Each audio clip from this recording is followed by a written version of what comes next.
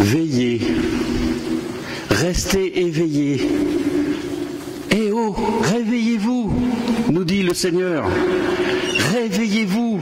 Il nous le dit assez souvent, on devrait l'avoir dans l'oreille. Et nous, souvent, on se dit, ouais, c'est cool d'être chrétien, hein. On a été baptisés, on va à la messe, de temps en temps on est sympa avec les autres, enfin, on n'est pas des mauvais bougres, pourquoi on se remuerait plus que ça? C'est bien, on est sûr d'être sauvé, enfin presque. On pratique des rites, on pratique des lois, on pratique des pouvoirs. Est-ce que par hasard on ne se serait pas un petit peu assoupi dans notre confort de baptisé, au lieu d'être plutôt des lutteurs, des gens prêts à l'action, des veilleurs? Alors attention, quand je dis ça, pas de culpabilité, hein. Il ne s'agit pas d'être « oh là là, on est moche ». Quand Jésus disait ça à ses disciples, il savait très bien qu'un jour ou l'autre, il le trahirait à cause de la peur qu'engendre la croix. Veillez. Sauve-nous, Seigneur, quand nous veillons, chantent les moines au complis, ou chantent tous ceux qui célèbrent les complis. Sauve-nous, Seigneur, quand nous veillons. Quand nous dormons, garde-nous. Alors c'est le temps de l'Avent, et le temps de l'Avent, ça me fait penser, il y a pas mal de parents d'adolescents ici, puis il y a même des adolescents qui vont entendre ça. Vous savez, les parents, quand on part en voyage, on laisse la maison aux enfants, on leur fait confiance, on est un peu rassuré, et puis tout d'un coup, il y a un cri dans la maison. « Hé, les parents, ils vont rentrer, il faut tout ranger. Allez, on s'y met tous, parce que ça va être le bazar. » Ou alors les jeunes mamans, quand elles attendent un enfant et que l'enfant va bientôt arriver, elles ont préparé la chambre. Il faut absolument que la chambre soit prête quand le bébé va arriver. Et notre chambre à nous, on n'accueille pas les parents aujourd'hui. On va accueillir à Noël celui qui nous sauve. Alors tout ça, bien sûr, vous allez me dire, c'est des préparations matérielles. Mais pas seulement. Quand on attend l'arrivée d'un enfant ou d'un invité, ce n'est pas uniquement matériel, on se prépare, on prépare le fond de notre cœur. Alors bien sûr, il faut préparer les fêtes de Noël, les fêtes familiales. Il faut que rien ne manque sur la table ou sous le sapin. Et là-dessus, mes frères commerçants se chargent de vous rappeler ce que vous auriez peut-être oublié. Mais comment sera notre maison, la maison de notre cœur, pour accueillir cet enfant qui ouvre les bras vers nous dans la crèche? Comment sera le temple de l'Esprit Saint, comme dit saint Paul, quand il arrivera? En désordre, plein de poussière de satisfaction, encombré de cadeaux plus ou moins utiles, de quantité de choses qui donnent envie d'autre chose, comme dit la chanson? Est-ce que l'Avent, ça pourrait pas, au contraire, être l'occasion qui nous est donnée de nous réveiller, de nous frotter les yeux comme le matin et de regarder notre chambre en disant « Non, là vraiment, il est temps que je m'y mette, il est temps que je range, il est temps que je fasse quelque chose. » Est-ce que l'Avent, c'est pas justement un entraînement annuel pour se préparer à la rencontre avec Dieu? Cette longue nuit qui nous mène vers Noël. Il nous reste 23 jours, si je ne m'abuse, pour arriver vers la nuit de Noël. Et j'ai lu cette semaine une petite histoire d'un rabbin dans l'école talmudique qui demande à ses élèves comment est-ce qu'on pourrait déterminer la fin de la nuit. Alors bien sûr les élèves se grattent la tête. Il y en a un qui dit la fin de la nuit c'est quand on peut distinguer de loin la différence entre un chien et un mouton. Oui, pourquoi pas. L'autre dit c'est quand on peut distinguer au bout de ses doigts la différence entre un fil noir et un fil blanc. Oui. C'est peut-être, dit le troisième, au premier rayon du soleil. Ah oui, c'est vrai, mais quand il pleut. Et le rabbin donne sa réponse. La fin de la nuit, c'est quand on voit le visage de l'autre et qu'on le reconnaît.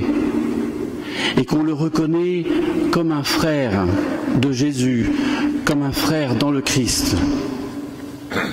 Alors peut-être aussi que de temps en temps, on voit le visage de l'autre comme un concurrent, comme un casse-pied qui a fait du bruit toute la nuit, j'ai pas pu dormir. Est-ce qu'on regarde l'autre en voyant le visage de Jésus?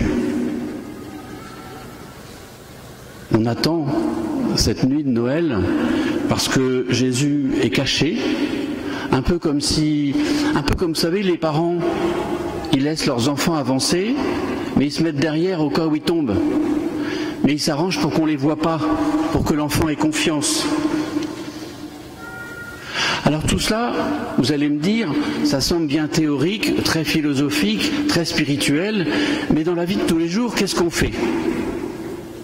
Alors je me demandais en préparant cette homélie, comment est-ce qu'on peut passer du cœur, de l'âme, aux pratiques? Alors c'était pas simple. Et puis j'ai fait comme vous, j'ai regardé la télé de temps en temps, et puis à la télé, qu'est-ce qu'on nous propose? Des calendriers de l'Avent. On a trouvé un moyen de se faire de l'argent, on propose des calendriers de l'Avent.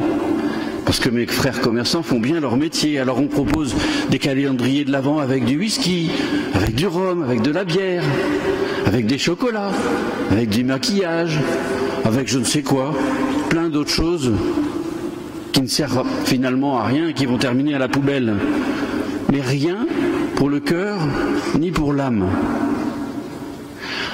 Alors j'ai prié entre deux clients et puis le bon Dieu m'a soufflé une idée. Et si on faisait un calendrier de l'Avent à l'envers?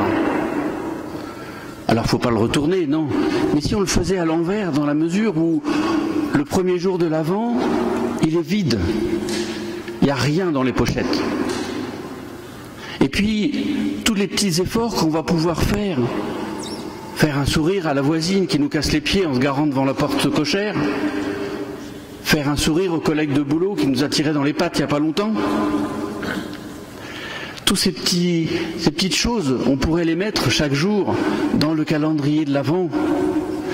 Et au lieu de mettre le calendrier de l'Avent à la poubelle de tri à la fin de Noël, ce calendrier de l'Avent, on pourrait l'offrir en cadeau de naissance à Marie, en disant voilà tout ce que j'ai mis dans le calendrier de l'Avent.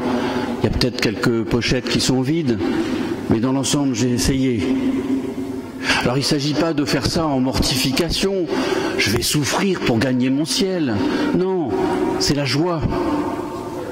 Rappelez-vous Sainte Thérèse de l'Enfant Jésus qui disait, dans son couvent, elle avait une sœur qu'elle n'aimait pas du tout. Elle dit, je ne sais pas, avec celle-là, ça ne va pas. Et du coup, elle dit, je vais me mettre le plus proche possible d'elle, être gentille avec elle, la servir le plus possible. Et ça va apporter de la joie à cette sœur et ça va m'apporter de la joie à moi. Et un jour, la sœur lui dit, Thérèse, comment ça se fait que vous m'aimez plus que les autres? Elle avait gagné, hop, dans le calendrier de l'Avent. Une petite sœur aussi, Afim, j'ai préparé un couple au mariage et la dame était caissière au Carrefour. Et elle me dit, quand cette sœur passe à la caisse, ça change toute ma vie. Ça change ma journée. Quand cette sœur passe à la caisse, ça change ma journée. La journée de qui va-t-on changer pendant ce chemin vers l'Avent? Et quand on change la journée de quelqu'un, alors hop, dans le calendrier de l'Avent. Bref, des efforts simples, des efforts de la vie de tous les jours pour changer la vie des autres, qu'on pourrait offrir à Dieu, à cet enfant de la crèche. Et quand on ramènera notre calendrier de l'Avent, alors on pourrait faire comme, vous savez, les tout petits. Ils vous prennent par la main puis disent, viens, j'ai quelque chose à te montrer, viens. Ben oui, mais j'ai autre chose à faire. Non, viens, je vais te montrer mon calendrier de l'Avent. Voilà le cadeau qu'on pourrait préparer pour Noël. Père, sans toi, on n'y arrivera pas. Donne-nous de vivre cet Avent de telle façon qu'à notre seule façon d'aller vers Dieu, d'aller vers Noël, tous ceux qui fêtent Noël sans croire en toi se disent que c'est impossible que tu n'es pas le Fils de Dieu.